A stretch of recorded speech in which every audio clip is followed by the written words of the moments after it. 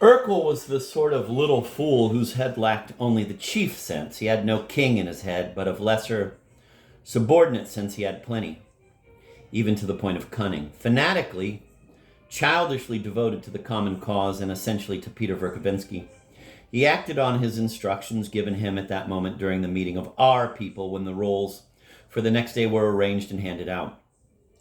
Peter Stepanovich, assigning him the role of messenger, managed to have about a 10-minute talk with him aside. The executive line was what was required by the shallow, scant reasoning character, eternally longing to submit to another's will. Oh, to be sure, not otherwise than for the sake of a common or great cause. But that, too, made no difference, for little fanatics like Urkel simply cannot understand service to an idea otherwise than by merging it with the very person who, in their understanding, expresses this idea. Sentimental, tender, and kindly Urkel was perhaps the most unfeeling of the murderers who gathered against Shatov, and having no personal hatred, could be present at his murder without batting an eye.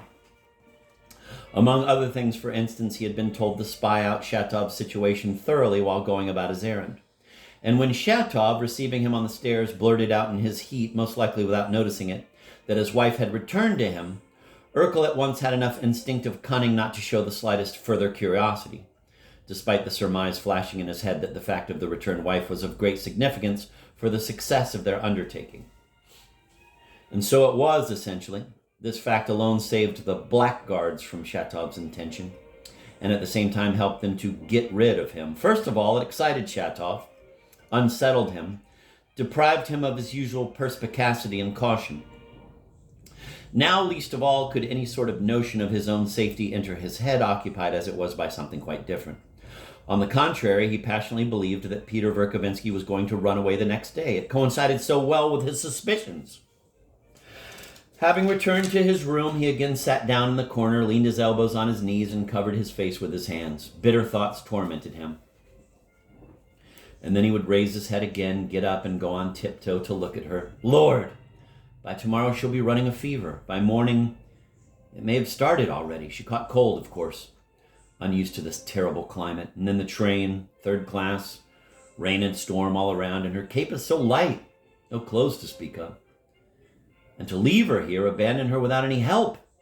Her bag, such a tiny bag, light, shriveled, 10 pounds. Poor thing, how wasted, how much she's endured. She's proud, that's why she doesn't complain. But irritated, so irritated. It's the illness. Even an angel would get irritated in illness. How dry, how hot her forehead must be, so dark under her eyes, and yet how beautiful the oval of her face and this fluffy hair, and he would hasten to look away, would hasten to get away, as if fearing the mere thought of seeing anything in her but an unfortunate worn-out being in need of help. Quote, what hopes could there be here? Oh, how low, how mean man is, end of quote. And he would go back to his corner, sit down, cover his face with his hands, and again dream, again recall, and again picture hopes. Ah, I'm tired, so tired, he recalled her exclamations, her weak, strained voice. Lord, to abandon her now, and she with her 80 kopecks. She offered her purse, old, tiny. She's come to look for a position. Well, what does she understand about positions? What do they understand in Russia? They're like whimsical children. All they have are their own fantasies made up by themselves, and she's angry. Poor thing. Why doesn't Russia resemble their little foreign dreams? Oh, unfortunate, oh, innocent ones. However, it really is cold here. He remembered that she had complained that he had promised to light the stove. The firewood's there. I could fetch it, as long as I don't wake her up. I could do it, however. What do I decide about the veal? She'll get up. She may want to eat. Well, that can wait. Kirilov doesn't sleep all night. What shall I cover her with? She's so fast asleep. But she must be cold. Ah, cold! And he went over yet again to look at her. Her dress was turned back a little, and her right leg was half bared to the knee. He suddenly turned away, almost in fear, took off his warm coat, and remaining in a wretched old jacket, covered the bare part, trying not to look at it. Lighting the stove, walking on tiptoe, looking at the sleeping woman, dreaming in the corner, then looking at the sleeping woman again, took a long time. 2 or 3 hours went by. It was during this time that Verkovensky and Laputin managed to visit Kirilov. Finally, he too dozed off in the corner. A groan came from her. She awoke. She was calling him. He jumped up like a criminal. Marie, I fell asleep. Oh, what a scoundrel I am. Marie, she raised herself, looking around in surprise, as if not recognizing where she was, and suddenly became all stirred with indignation, with wrath. I took your bed. I fell asleep, beside myself with fatigue. How dared you not wake me up? How dared you think I intend to burden you? How could I wake you, Marie? You could. You should have. There's no other bed for you here, and I took yours. You shouldn't have put me in a false position. Or do you think I came to take advantage of your charity? Be so good as to take your bed right now, and I will lie down in the corner on some chairs. Marie, I don't have so many chairs or anything to make a bed from. Well, then simply on the floor. Otherwise, you yourself will have to sleep on the floor. I want the floor. Now, now! She got up, tried to take a step, but suddenly it was as if a most violent convulsive pain took away all her strength and all her resolve at once, and with a loud groan she fell back on the bed. Shatov ran to her, but Marie, her face buried in the pillows, seized his hand in hers and began to squeeze it and wring it with all her might. This went on for about a minute. Marie, darling, if you need, there's a Dr. Frenzel here, an acquaintance of mine, I could run over to him. Nonsense. Why nonsense? Tell me, Marie, what hurts you? How about compresses? On your stomach, for instance. That I could do without a doctor. Or else mustard plasters. What is this? She asked strangely, raising her head and looking at him fearfully. What do you mean, Marie? Shatov failed to understand. What are you asking about? Oh, God, I'm completely lost, Marie. Forgive me for not understanding anything. Leave me alone. It's not your business to understand, and it would be very funny, she grinned bitterly, to talk to me about something. Walk around the room and talk. Don't stand over here and stare at me. That I particularly ask you for the 500th time. Shatov began to walk around the room, looking at the floor and trying as hard as he could not to glance at her. Here, don't be cross, Marie, I beg you. I have some veal here, not far away, and tea. You ate so little before. She waved her hand squeamishly and angrily. Shatov bit his tongue in despair. Listen, I intend to open a bookbinding shop here on rational cooperative principles. Since you live here, what do you think? Will it succeed or not? Marie, they don't even read books here. And there aren't any at all. And why would he suddenly go binding them? He who? The local reader, the local inhabitant in general, Marie.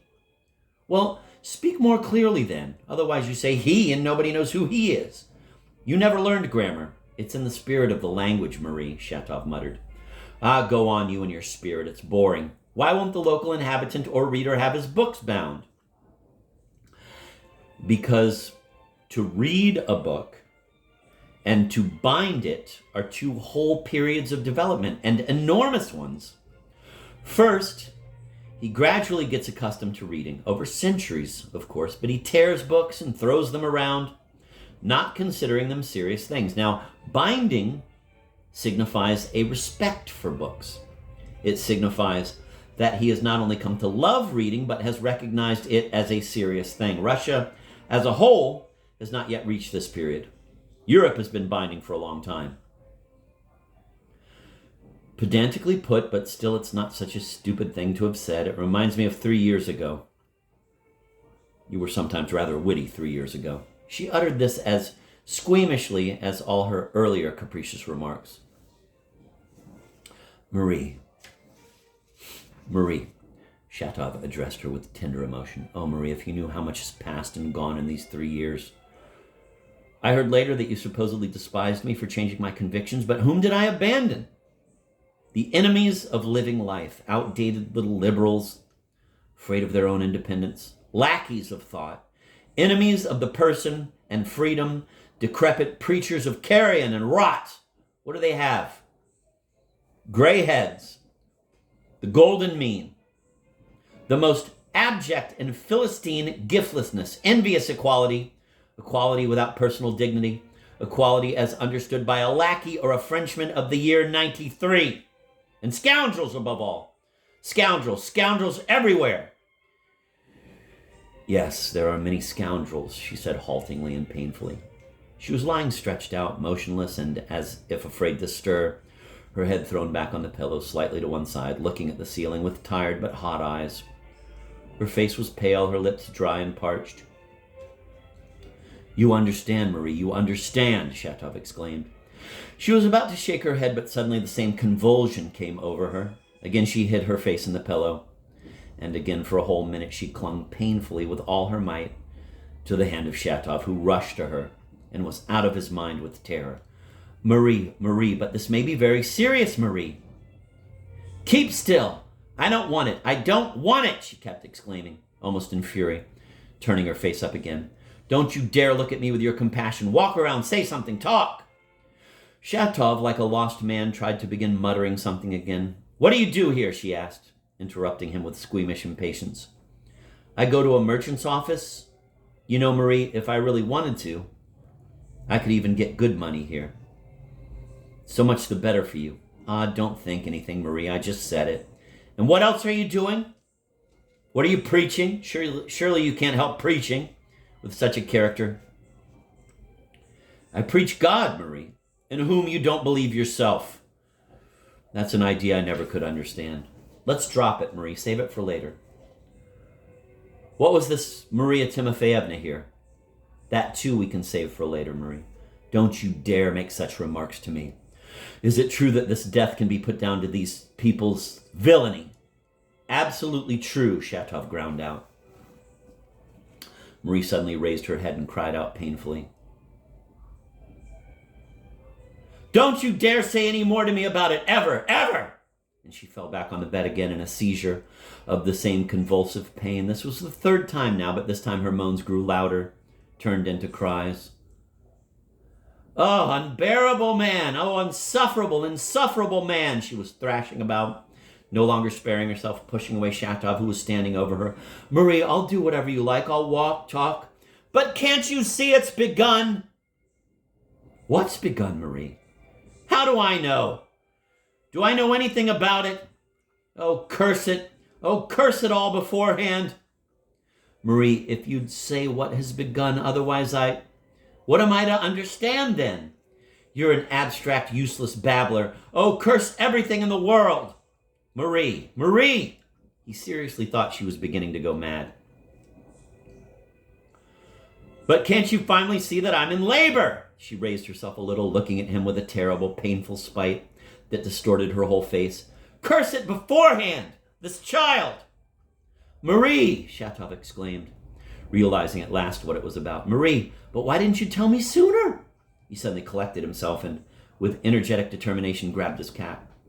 "How did I know when I came in? Would I have come to you? I was told it would be another 10 days. Where are you going? Don't you dare!" "To fetch a midwife. I'll sell my revolver. Money's the first thing now." "Don't you dare do anything. No midwife, just some peasant woman, any old woman. I have 80 kopecks in my purse. Village women give birth without midwives. And if I drop dead, so much the better. You'll have both a midwife and a peasant woman. Only how can I leave you alone, Marie?" But realizing that it was better to leave her alone now, despite all her frenzy, than leave her without help later on, he paid no attention to her moans and wrathful exclamations, and trusting to his legs, started headlong down the stairs.